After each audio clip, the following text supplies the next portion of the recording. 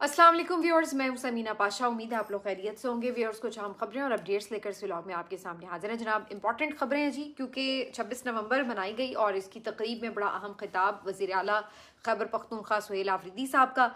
इसके साथ साथ आगे के कुछ प्लान्स भी पता चलते हैं। नवाज शरीफ साहब आज बड़े अरसे के बाद मंजर आम पर आए और यहाँ आकर उन्होंने आज क्या गुफ्तगू की और क्यों कर वो तनकीद की जद में आए। बहुत से लोग तो ये तक कह रहे थे कि इससे बेहतर है कि आप खामोश ही रहते अगर आपने आके इतना झूठ बोलना था, इतनी गलत बयानी करनी थी। तो इनकी भी तफसील आप तक पहुंचाएंगे और फिर उसके बाद ये भी बताएंगे कि सोशल मीडिया पर एक दफ़ा फिर एक बहुत ज़बरदस्त किस्म की कड़ी निगरानी भी की जा रही है और इसका सद्देबाब करने की कुछ कोशिशें कामयाब होती भी नज़र आ रही हैं।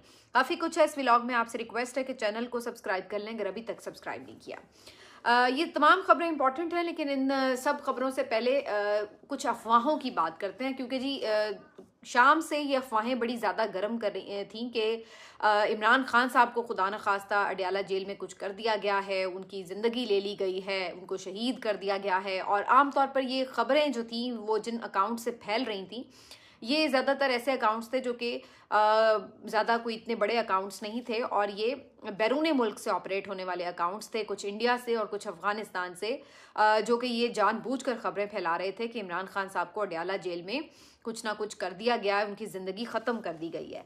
बज़ाहिर ऐसे अकाउंट्स का मकसद तो यही नज़र आता है कि कोई अफरा तफरी और एनार्की फैल जाए, और इसी वजह से ये खबरें जो थी फैलाई जा रही थी। लेकिन इसके ऊपर बाद में ख़ुद पीटीआई की तरफ से भी तरदीद भी की गई, लेकिन साथ ही साथ मुतालबा भी किया गया कि इमरान खान साहब की बहनों की उन तक एक्सेस होनी चाहिए या उनके किसी लॉयर से उनकी मुलाकात करवाई जाए ताकि हकीकत हाल सामने आ सके। लेकिन बहरहाल ये अफवाहें जब बहुत ज़्यादा गर्दिश करने लगी तो उसके बाद अडयाला जेल इंतज़ामिया की तरफ से एक बयान जारी किया गया है और उनकी तरफ से ये क्लैरिटी दी गई है कि जी इमरान खान साहब बिल्कुल खैरियत से हैं, उनको कुछ नहीं हुआ, वो बिल्कुल सेहतमंद हैं और अडयाला के अंदर ही मौजूद हैं और उनसे मुतालिक जितनी भी खबरें गर्दिश कर रही हैं वो सब अफवाहें हैं। तो थोड़ा सा एक इत्मीनान तो हुआ वर्कर्स को, लेकिन जाहिर सी बात है हर कोई ये चाहता है कि भाई ये खबरें बार बार इस तरह जनरेट होती हैं तो ये किसी भी वक्त कोई भी चिंगारी जो है वो एकदम भड़क सकती है। उससे बेहतर ये है कि ऐसी अनसर्टेनिटी क्रिएट क्यों की जाए जिसकी वजह से ऐसी अफवाहों को जन्म लेने का मौका मिले। एक राइट है उनका, उनकी फैमिली का, कि उनकी मुलाकात हो सके, तो उनकी मुलाकात क्यों नहीं कराई जा रही। ये बात कहते कहते पूरे 22-23 दिन गुजर गए हैं, लेकिन इसके बावजूद भी इसके ऊपर किसी ने कान नहीं धरे और रियासत जो है वो खूब, जिसको कहते हैं ना कि अपनी ताकत का एक नंगा नाच जो है वो दिखा रही है। अब तोशा खाना की समात आज होनी थी उसूलन, क्योंकि पिछली दफ़ा जब समात तकरीबन एक महीने के लिए मुलतवी की गई थी तो यही 27 नवंबर की डेट दी गई थी, लेकिन एज एक्सपेक्टेड रात गए ही ये जो डेट थी इसको आगे बढ़ा दिया गया है और खालिद यूसुफ चौधरी साहब, इमरान खान साहब के जो वकील हैं, उन्हें बता दिया गया है कि जी कोई समात अडयाला में तोशा खाना की नहीं होगी। तो अब अगली जो डेट है वो सुबह उन्हें मिल जाएगी जुडिशल कॉम्प्लेक्स से। लेकिन ये सोचते हुए ये अंदाज़ा लगाना मुश्किल नहीं था, क्योंकि अगर उन्होंने ये तोशा खाना की समात करनी होती तो फिर ये कल इतना लंबा धरना और ये सारा कुछ जो अडयाला के बाहर हमने देखा मामला, तो ये इतना बढ़ाने की फिर ज़रूरत ही ना होती। वो फिर कल भी मुलाकात करवा सकते थे इमरान खान साहब की बहनों की। तो ये सब पता चल रहा है कि जब तक कुछ काम ज़रूरी जो करने हैं वो हो नहीं जाते तब तक इमरान खान साहब की मुलाकातें बंद रहेंगी और इसी वजह से इमरान खान साहब की समातें भी बंद कर दी गई हैं। और तोशा खाना 2 हो या GHQ हो, दोनों जो केसेस इनके ऊपर चल रहे हैं उनकी समातें नहीं हो रही हैं। तो ये तो अब बात कंफर्म हो गई है। इसी वजह से जो थर्सडे की इमरान खान साहब की मुलाकात है, जो कि ख़ुद कोर्ट का ऑर्डर था कि उनके रुफ़का, उनके पार्टी के लोग मिल सकते हैं जाके, जो कि कभी हुआ नहीं है ऐसे कि वो मिल सके हों। लेकिन बहरहाल उसके तहत एक लिस्ट जो थी आज भी भिजवा दी गई थी और इस लिस्ट में एक दफ़ा फिर से वज़ीर आला खैबर पख्तूनख्वा सुहेल आफरीदी साहब का नाम है, मीना खान आफरीदी साहब का नाम है, शाहिद खटक का नाम है, शौकत यूसुफ जई साहब का नाम है और भी 1-2 लोगों के नाम है। तो 6 लोगों की लिस्ट तो भिजवा दी गई है, लेकिन इम्कान नहीं है कि उनकी मुलाकात होगी, क्योंकि अगर मुलाकात ही करवानी होती तो फिर तोशा खाना की समात ही उसको मुलतवी कराने का कोई जवाज़ ना होता। तो ये समात मुलतवी हुई है, इस बात का इशारा है कि जनाब मुलाकात आज भी नहीं होगी। तो इमरान खान साहब से जो टोटल इस वक्त आइसोलेशन में हैं और बिल्कुल उनके बारे में कोई ख़बर नहीं आ रही, इसी वजह से ये चहमगोइयों का एक बाज़ार गर्म है, अफवाहों का बाज़ार गर्म है और इसमें कोई दुश्मन मुल्क भी कोशिश कर सकता है कि ऐसी सूरत हाल का फ़ायदा उठाए, क्योंकि उन्हें भी पता है कि बेसिकली इस वक्त जो है कौम किधर खड़ी है और ऐसी कोई भी खबर जो है वो एकदम इंतशार का बाइस बन सकती है। तो कोई भी इस सूरत हाल का फ़ायदा उठाने के लिए तैयार बैठा हो सकता है। इसकी जो सबसे अच्छी रेमेडी थी वो तो यही थी कि आप इस तरह के अफवाहें जन्म लेने ही ना दें और उनकी मुलाकातें जारी रखते। लेकिन आपको पता है कि जो सूरत हाल पिछले कुछ अरसे से जारी और सारी है। बहरहाल दूसरी तरफ 26 नवंबर के दिन यौम शहदा, यौम स्याह मनाया गया PTI की तरफ से। और इस दिन जहां मुख्तलिफ शहदा के घरों पर जाकर उनके साथ इजहार यकजहती किया गया, तो वहीं एक तकरीब का एहतमाम किया गया था हयाताबाद स्पोर्ट्स कॉम्प्लेक्स में। और यहाँ पर आज मुख्तलिफ इनके जो लोग थे उन्होंने आके खिताब भी किए, डॉक्यूमेंट्रीज भी चली और शहदा को खराज अकीदत भी पेश किया गया। लेकिन जो यहाँ पे सुहेल आफरीदी का खिताब था वो काफ़ी इंपॉर्टेंट था। बेसिकली 3 पॉइंट्स बड़े इंपॉर्टेंट थे उनके खिताब के, जो उन्होंने ऐलानात किए हैं। पहला ऐलान तो उन्होंने ये किया है कि जब तक इमरान खान साहब से मुलाकात नहीं करवाई जाएगी वो हर जुमेरात को अडयाला जाते रहेंगे। और ये हम देख भी रहे हैं, 7 मुसलसल दफ़ा वो जा चुके हैं अडयाला और उनकी मुलाकात नहीं करवाई गई। तो आज भी अगर वो जाते हैं तो 8वीं मरतबा उनका ये चक्कर होगा अडयाला का, और हर जुमेरात को वो जा रहे हैं लेकिन उनकी मुलाकात नहीं होने दी जा रही। तो ये 8वीं मरतबा होगा। एक तो ये उनका ऐलान है कि वो आगे भी इसको कंटिन्यू रखेंगे। दूसरा, उन्होंने 7 दिसंबर को एक बड़ा जलसा करने का ऐलान किया है और उन्होंने कहा है कि इस दिन जो है वो शो ऑफ पावर किया जाएगा। और ये जो जलसा है ये भी यहाँ पर फुटबॉल ग्राउंड में किया जाएगा पेशावर में। इसके साथ साथ उन्होंने जो तीसरा ऐलान किया है ये थोड़ा काफ़ी गिरा गुजरेगा PTI के बहुत से लोगों को, क्योंकि उन्होंने जो PTI के मुख्तलिफ MNAs, MPA, senators, ticket holders, इन तमाम अहदेदारान को ये कहा है कि जनाब आप इस बात को यकीनी बनाएं। उन्होंने सलमान अकरम राजा साहब को भी इसमें मुखातिब किया और कहा कि आप यकीनी बनाएं कि तमाम ये जो PTI के अहदेदारान हैं जिन्होंने इमरान खान साहब के नाम पर वोट लिया है, ये तमाम लोग जो है वो मंगल के रोज़ इस्लामाबाद हाई कोर्ट भी पहुँचें, केसेस लगवाने के लिए वहाँ पर बैठें, वहाँ पे अपनी प्रेजेंस शो करें और उसके बाद अडयाला जेल भी जाएं बहनों के साथ और उनके साथ भी वहाँ जाके इजहार यकजहती करें।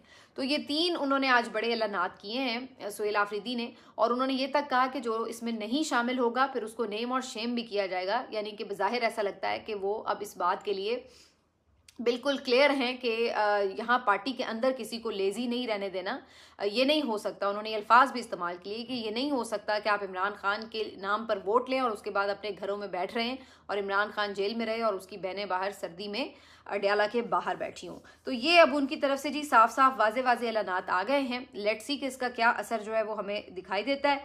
लेकिन अब ये सारी जो गेम है ये काफ़ी ऐसा लग रहा है कि एग्रेसिव हो रही है। दूसरी तरफ बहुत अरसे के बाद जनाब मियां नवाज शरीफ साहब जो हैं वो भी घर से बाहर निकले हैं। आज उमर चीमा ने इनके बारे में एक तबसरा किया है कि जैसे सर्दियों में घर की चीज़ों को बाहर निकाल कर धूप लगवाई जाती है, तो इस तरह का कुछ मामला उनके साथ भी हुआ है। नवाज शरीफ साहब जो बहुत अरसे से मंजर आम से बिल्कुल गायब थे और अगरचे उनके जो फ़ैन रिपोर्टर्स हैं वो ये खबरें देते रहते थे जी मुतहरिक होने वाले हैं, मुतहरिक होने वाले हैं, तो वो होते नहीं थे। लेकिन बहरहाल जी फाइनली वो जो ये अभी ज़िमनी इलेक्शन में जीतने वाले इनके लोग हैं उनके साथ एक मीटिंग में जलवा अफरोज़ हुए और इस मीटिंग में उन्होंने फिर कुछ खिताब भी किया। इस किताब में जो 2-3 इम्पॉर्टेंट चीज़ें हैं उसके ऊपर बात कर लेते हैं। इम्पॉर्टेंट क्या होनी है तो झूठ ही है लेकिन एक्सपोज करना ज़रूरी है। इस बात के लिए एक्सपोज करना ज़रूरी है कि अफसोस होता है कि आप इस वक्त पाकिस्तान के शायद सबसे सीनियर पॉलिटिशियन हैं तजर्बे में देखा जाए और ओहदों में भी, मतलब 3 मरतबा के वज़ीर आज़म रहे हैं, वज़ीर आला रहे हैं, कितने आपने मतलब ओहदे रखे हैं और एक पार्टी के सदर रहे हैं इतने अरसे तक। तो ये सब होने के बावजूद आपकी सियासत जो है वो आखिर तक आकर किस तरह झूठ का पलंदा बन चुकी है। अफसोस होता है ये इख्तिताम आपकी सियासत का देख कर कि आपने कितना नीचे खुद को गिरा लिया और सारे जो अपना बयानिया बनाया था उसको किस तरह अपने ही जूतों के तले मलिया मेट कर दिया। पहली बात तो ये कि ये भी हैरत अंगेज़ बात थी कि अपने ही लोगों से आप बात कर रहे हैं और पर्ची से पढ़कर जो है आप तकरीर कर रहे हैं। मतलब 50 साल आपको सियासत में हो जाएं तो कम से कम आप में इतना कॉन्फिडेंस तो होना चाहिए कि आप अपनों में 4 अपने लोगों में बैठे हुए हैं। कोई ये नहीं कि आप कोई इंटरनेशनल फोरम पर कोई लिखी पढ़ी तकरीर कर रहे हो तो चलें समझ में भी आ रहा है। मतलब अपने आप लोगों में बैठे हुए हैं और 4 लोगों में बैठकर आप बगैर पर्ची के बात नहीं कर सकते। अब पता नहीं ये उनकी कोई फिजिकल प्रॉब्लम थी, फिजिकल मीन्स कि उनकी तबीयत ठीक नहीं है, एज का इशू था कि जी भूल ना जाए, ये तो मुझे नहीं पता, या फिर इसकी वजह ये थी कि ये सोचा जा रहा था कि कहीं वो गुस्से में फिर कुछ ऐसा वैसा ना बोल दें जिसकी वजह से इस्टेब्लिशमेंट नाराज हो जाए, तो कोई इस तरह की सिचुएशन थी, ये मुझे नहीं पता। लेकिन बहरहाल पर्ची से पढ़ रहे थे मियाँ साहब। अच्छा, उसके बाद फिर पर्ची से भी पढ़ते हुए जो उन्होंने आदादो शुमार पर झूठ बोले वो भी बड़े अफसोसनाक थे। वो इमरान खान साहब पर तनकीद कर रहे थे कि जनाब आपने आके गालम गलोच और बदतमीज़ी का कल्चर फ़रोग दिया। वही घिसा पिटा इन सब का एक जुमला जो कि ये बहुत कामयाबी के साथ माशरे में फैलाने में कामयाब भी वैसे हुए हैं। लेकिन उसके ऊपर ज़ाहिर है सोशल मीडिया पर जवाब आ रहे थे, मरियम बीबी के क्लिप्स चल रहे थे कि जब वो इतनी बहुत ही अखलाक से गिरी हुई गुफ्तगू कर रही थी, तो वो सारी बातें भी चल रही थी आज कि भाई ये इनकी तरबियत फिर किसने, क्या इमरान खान ने की है। फिर ये भी बात उन्होंने की कि जी इमरान खान तो क्रिकेट खेलता आया और यहाँ पे क्रिकेट खेलने ही लग गया, उसने तो तबाह बर्बाद कर दी इकॉनमी, खारजा उमूर ख़राब कर दिए, ये कर दिया वो कर दिया। और कहने लगे कि जनाब इकॉनमी का ये हाल किया कि 38% तक महंगाई की शरह चलेगी, जो कि 100% झूठ है।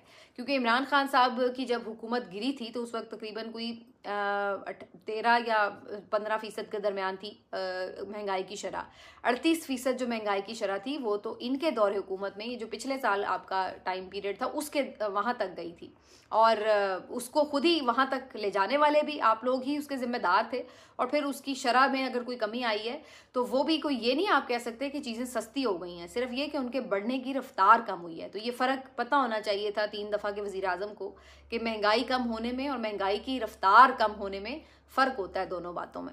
अच्छा, फिर उसके अलावा मोहतरम फरमा रहे हैं कि जनाब अब जो है मईशत वो टेक ऑफ कर चुकी है और अब जो है आगे उड़ान भर चुकी है। हालांकि आज की अगर आप ये खबरें पढ़ें कि ये जो IMF की रिपोर्ट आई है कि किस कदर आपके मुल्क में इस वक्त करप्शन उरूज पा चुकी है, और उसके वो बता रहे हैं कि जो आपकी पावर एलीट है वो इसकी जिम्मेदार है। फिर दूसरी खबर आप पढ़ें कि जी 7.1% जो है वो इस वक्त बेरोज़गारी की शरह हुई है। और उसके बाद आप फिर मुख्तलिफ जो रेट्स निकाल लीजिए कि इस वक्त आपका सर्कुलर डेट जो है उसकी क्या सूरत हाल है, जो आपकी मुख्तलिफ रोज़मर्रा ज़रूरियात की चीज़ें हैं उनके रेट्स क्या हैं आज और इमरान खान के दौर में क्या रेट्स थे वो आप निकाल लीजिए। जो आप इस वक्त किसानों का डेटा है वो निकाल लीजिए कि उनके साथ क्या हुआ है। जो इंडस्ट्री का डेटा है वो आप निकाल लीजिए। जो आपकी GDP है वो आप निकाल लीजिए। किसी एक चीज़ में तो होता कि हाँ भाई इमरान खान के दौर से कोई चीज़ बेहतर हुई होती, किसी एक चीज़ में भी आप लोग इमरान खान के दौर से बेहतर पोजीशन में नहीं है। और ऊपर से आप बात कर रहे हैं कि जी इकॉनमी जो है वो टेक ऑफ कर चुकी है। तो ये भी सरासर झूठ का पलंदा था जो कि आज मियाँ साहब ने अगर कुछ आके जलवा अफरोज हुए तो आते साथ झूठ ही बोले। फिर फरमाने लगे कि जी मरियम नवाज साहिबा और शहबाज शरीफ साहब जो है उन्होंने तो बहुत ही ज़बरदस्त परफॉर्म किया, मेरे से भी ज़्यादा उन्होंने खिदमत की। बात तो ठीक है, खिदमत तो उन्होंने बहुत की, लेकिन बहरहाल अवाम की नहीं की, उन्होंने किसी और के ही बूट पॉलिश किए हैं और वो सबको पता है। फिर उसके बाद फरमाने लगे कि जनाब इमरान खान सिर्फ अकेला कसूरवार नहीं है मुल्क की तबाही का, बल्कि उसके साथ साथ जो उसको लाने वाले हैं उनका भी हिसाब होना चाहिए। तो इस बात पे तो सिर्फ हंसा ही जा सकता है कि पहली बात तो ये कि लाने वाले तो ऐसे कह रहे हैं जैसे मियाँ साहब खुद बड़े कोई अपनी जद्दोजहद के साथ जमात बनाने में कामयाब हुए थे, जो ऑन रिकॉर्ड ही कह चुके हैं कि जनरल ज़िया के ये कितने एहसानमंद हैं कि उन्होंने क्या इनको गोद में खिला के इतनी बड़ी पार्टी बना के दी जो उनकी सारी करामात थी। और फिर बार बार, एक दफ़ा नहीं बार बार जनरल जिलानी से, जनरल ज़िया से, फिर आगे बढ़ते बढ़ते जिस तरह हर कोशिश की इन्होंने कि इस्टेब्लिशमेंट के साथ इनके मामलात रहे, और हर इस्टेब्लिशमेंट के डालडे ही रहे हैं। बीच में 2-3 जर्नलों के साथ पंगे भी हो गए जिसमें जनरल मुशर्रफ भी शामिल है। उसके बाद जनरल बाजवा से भी इब्तदाई तौर पर पंगा हुआ, लेकिन बाद में उन्हीं के साथ डील भी हो गई थी। तो ये मामलात जो थे ये मियाँ साहब की हिस्ट्री के साथ हैं। लेकिन मियाँ साहब जो हैं वो आज ये सब कुछ भुला बैठे और ये सोच रहे थे कि जैसे वो बड़े, इस वक्त भी अगर आप बैठे हुए हैं तो आपको पता नहीं है कि आप किस तरह बैठे हुए हैं, किसने आपको फॉर्म 47 पकड़ाए हुए हैं, और आप तो खुद अपनी सीट हारे हुए थे। और फिर भी आपको, और ना सिर्फ आपको पार्लियामेंट पहुंचाया बल्कि आपके भाई को हुकूमत बना के दी, आपकी बेटी को हुकूमत बना के दी, जबकि आप लोग तो सीटें भी नहीं जीत चुके थे। तो उसके बावजूद इनके गिले शिकवे ही नहीं खत्म हो रहे। मतलब है कि सारी मुल्क की वाट लगा दी गई है इस खानदान के लिए, और इसके बावजूद भी इनके गिले शिकवे जो है वो ख़त्म ही नहीं हो रहे, इनको सच्चा प्यार ही नहीं मिल रहा। ये हालात है मियाँ साहब के। और उसके बाद फरमा रहे हैं कि जनाब उनका हिसाब किया जाए। तो अच्छा जी, इमरान खान को फिर लाने वाले कौन थे? आइए खुल के बात कर लेते हैं। फिर तो आप 2 ही जनरलों के नाम लेंगे कि जी जनरल फैज़ और जनरल बाजवा। पहली बात तो ये कि जब इमरान खान साहब की हुकूमत आई थी तो जनरल फैज़ उस वक्त है नहीं थे DGISI, ठीक है। तो पहली बात तो ये है। फिर रह गए सिर्फ जनरल बाजवा। अब जनरल बाजवा साहब जो है ये तो वही जनरल है जो उसके बाद आपको ये साथ डील करके आपको लंदन भिजवाने वाले भी थे। फिर ये इतने अच्छे हो गए जनरल बाजवा कि मियाँ साहब ने खुद भी और पूरी जमात को बाद जमात खड़े करवा के इनको एक्सटेंशन के लिए वोट भी करवा दिया था। तो आपने हिसाब करना था उनका, आप तो उनको तौसीह देते फिर रहे थे मियाँ साहब जनरल बाजवा को। और अगर चलिए उस वक्त आपने मजबूरन दे भी दिया था तो अभी भी तो आपकी हुकूमत है ना, पकड़िए उनको कटहरे में लाएं। जनरल फैज़ तो ऑलरेडी कटहरे में है, वो तो भुगत रहे हैं ना, तो आप जनरल बाजवा को भी करवा दें गिरफ्तार, कोर्ट मार्शल करवाएं उनका। आपकी तो अपनी हुकूमत है, क्या मसला है फिर उसमें? किसको आप कह रहे हैं कि जी इनका हिसाब किया जाए? भाई आप खुद कर लेना, आपकी तो हुकूमत है। तो ये अब ढकोसले और ये झूठ और ये फरेब ये अब नहीं चलते। लोगों को पता है कि आपका कैरेक्टर क्या है। यानी आप लोगों ने जिस तरीके से ये हुकूमत ली है और उस हुकूमत को लेने के बाद जो आप लोगों ने अवाम का कीमा किया है और जो अवाम के साथ जुल्म किया है और जो इदारों के साथ जुल्म किए हैं, ये सब आपके ख्याल से लोग भूल सकते हैं। और आप उसके अच्छा किया कि आज आपने आके बोला है तो इन सब चीज़ों को ओन कर लिया है, वरना आप खामोश थे तो बहुत से आपके जो इर्द गिर्द के चमचे चाड़े थे वो आके बोलते रहते थे कि जी मियाँ साहब को तो अच्छा नहीं लग रहा लेकिन मियाँ साहब मजबूर हैं। तो अच्छा हुआ है कि आज आप खुद कैमरे पे आके जो है हर चीज़ को ओन कर रहे हैं ताकि कल आप झूठा रोना ना रो सकें कि जनाब मैं तो उस वक्त भी राज़ी नहीं था, बस हम मजबूर हो गए थे। आज आपने खुद अपने मुंह से इतराफ़ करके ये कहा कि हाँ जी ये सब कुछ आप बड़ी खुशी खुशी कर रहे हैं और इसमें आपकी पूरी रजामंदी शामिल है। तो ये अच्छा होगा कि ये सारी चीज़ें जो है वो ऑन रिकॉर्ड आ गई हैं। बहरहाल जी मियाँ साहब के ऊपर वैसे ऐसे बिला वजह ही मैंने इतना वक्त वेस्ट किया, लोग तो इतने इंटरेस्टेड ही नहीं है उनके बारे में जानने के लिए, क्योंकि उनके पास अब पल्ले है क्या, ना उनकी कोई लेगेसी पल्ले है और ना उनके पास कोई इस वक्त ताकत है। जब आप बूट के तस्मों के साथ लटक कर इक़्तिदार लेते हैं तो जैसे आपको कहा जाता है कठपुतलियों की तरह वैसे आप करी जा रहे हैं। अब इन्होंने आज 1-2 दिनों में एक नोटिफिकेशन भी जारी कर देना, तो जो जो इन्हें हुक्म मिलेगा होता जाएगा, इसलिए इसमें तो कोई परेशानी की बात है नहीं है। बहरहाल जी इससे आगे अगर बात करें तो थोड़ी सी ये ज़रूर ख़बर आपको एक देंगे कि सोशल मीडिया के ऊपर एक दफ़ा फिर बड़ा ज़बरदस्त अटैक जो है वो किया जा रहा है। और इस सिलसिले में ख़ास तौर पर कुछ बेनामी अकाउंट्स और कुछ ऐसे अकाउंट्स जिनके बारे में बहुत ज़्यादा हमेशा ही गमो गुस्से का इजहार किया जाता था कि ये रियासत मुखालिफ बयानियाँ बनाते हैं, उन अकाउंट्स को किस तरह से क्यों कर कैसे खामोश कराया गया ये तो मालूम नहीं है। लेकिन बहरहाल ये ज़रूर देखा गया है कि पिछले 2-3 दिनों के अंदर अंदर बहुत से ऐसे अकाउंट्स जो कि PTI के उस तरह से ऑफिशियल टीम का हिस्सा तो नहीं है, लेकिन बहरहाल वो जो सपोर्ट है उनकी वो PTI के लिए, और वो ख़ास तौर पर जो इस्टेब्लिशमेंट है उसके ख़िलाफ़ एक बयानिया जो है वो बनाते हैं और बड़ा खुल के और दबंग अंदाज में बनाते हैं। और इनमें एनकीडो रिबॉन्ड का जो है वो एक अकाउंट है, इसी तरह से पाकिस्तान वाली नामी कोई एक अकाउंट है, वो भी इसमें शामिल है। फिर एक और 1-2 अकाउंट्स थे नेमेसिस नामी और 1-2 और भी जिनके अच्छे खासे फॉलोअर्स भी थे और जो बज़ाहिर तो PTI के कोई ऐसे ओहदेदारान नहीं हैं, लेकिन इनके जो आप बयानिया देखें तो वो काफ़ी ज़्यादा आपको एंटी इस्टेब्लिशमेंट नज़र आता था। लेकिन अचानक से पिछले 3-4 दिनों के अंदर अंदर ये सारे अकाउंट्स जो हैं ये खामोश हो गए हैं। इसके अलावा बहुत से ऐसे अकाउंट्स जो कि अपने नाम से मौजूद हैं उनकी तरफ से भी ये बताया जा रहा है कि उनके अकाउंट्स रिपोर्ट हुए हैं, रिस्ट्रिक्शंस लग गई हैं, किसी की रीच को कम कोई झटका लगा है, कुछ ना कुछ चल रहा है। तो बज़ाहिर ऐसा लग रहा है कि एक दफ़ा फिर, और फिर जो पीका का कानून है वो भी मुस्तकिल बहुत सारे लोगों पर लगाया गया, जिसकी वजह से बहुत से लोग रिजर्व भी हो जाते हैं देख के। तो कहने का मकसद ये है कि सोशल मीडिया को कंट्रोल करने के लिए कुछ ना कुछ चल तो ज़रूर रहा है, वरना ये इत्तेफाक नहीं आमतौर पर होता कि इस तरह से अचानक अकाउंट्स जो हैं वो खामोश होने लगे और एक साथ ही हो जाए वो तमाम अकाउंट्स जो कि एंटी इस्टेब्लिशमेंट हों। तो ये जो है बहरहाल ऐसा लग रहा है कि कुछ ना कुछ इसके पीछे पक रहा है। आखिर में जी एक खबर जो है एक और शेयर करते हैं जो कि अफसोसनाक खबर है। हंगू में एक धमाके की इत्तलात हैं और उसमें पता चला है कि 3 जो पुलिस एहलकार हैं वो शहीद हो गए हैं। तो ये भी बहुत अफसोसनाक ख़बर है। तो मामलात जो हैं अभी भी जैसे सिक्योरिटी के पॉइंट ऑफ व्यू से कहा जाए तो वो संभल नहीं रहे हैं। कोई ना कोई एक ना एक दिन छोड़कर या ऑलमोस्ट डेली कहीं ना कहीं कोई वाक़या रूनुमा हो रहा है और ये सिलसिला अभी रुका नहीं है। इसके ऊपर क्या हिकमत अमली है, क्या कोई इसके ऊपर रिवाइज प्लान है, नहीं है, कुछ कहना कबल अज़ वक्त है। लेकिन बहरहाल वाक़यात जो हैं वो बड़ी तेज़ी के साथ रूनुमा होते चले जा रहे हैं। मिलते हैं आपसे अगले वीलॉग में। अपना ख्याल रखिए। अल्लाह हाफ़िज़।